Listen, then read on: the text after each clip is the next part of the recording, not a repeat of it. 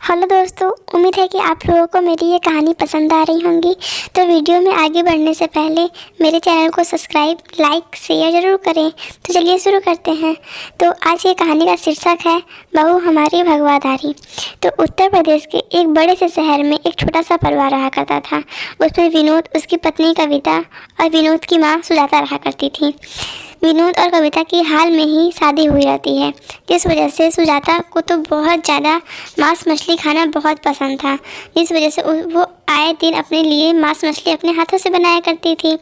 लेकिन जब कुछ समय बीतता है, शादी को 10-15 दिन बीतते हैं, तो सुजाता अपनी बहू कविता से कहती है, बहू अब तो तुम आ गई हो, अब तुम्हें हमें मांस मछली बना के खिलाया करोगी।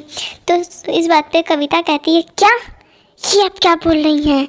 मैं और मांस मछली मैं छू भी नहीं सकती, देख भी नहीं सकती, और आप कह रही हैं मैं बना के खिलाऊँ आपको? ये कभी नहीं हो सकता माँ जी, कभी नहीं हो सकता। मैं आपके घर से अभी के अभी निकल जाऊंगी यहाँ पे और मांस मछली बनती है तो।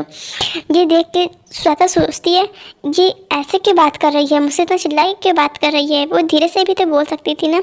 सुजाता को इस बात का बहुत ज़्यादा बुरा भी लग जाता है, लेकिन ये बात सुजाता अपने बेटे विनोद को नहीं बताती है। और विनोद फिर रात में कविता विनोद से पूछती है, क्या तुम्हारे घर में मांस मछली बनता है?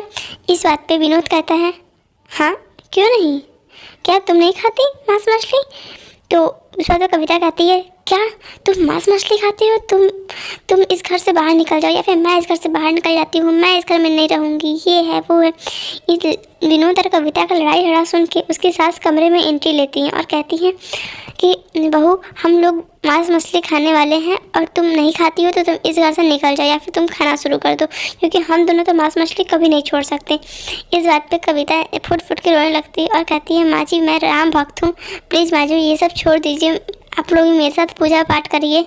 तो इस बात पे सुजाता कहती है, ठीक है बहू, अगर तुम इतना कह ही रही हो तो हम लोग बाहर जाके खा या करेंगे, कभी कभी मन करेगा तो, पर तुमसे कभी नहीं बनवाएंगे। बहू तुम रो मत, तुम अभी आयत में दिन ही कितना हुआ है।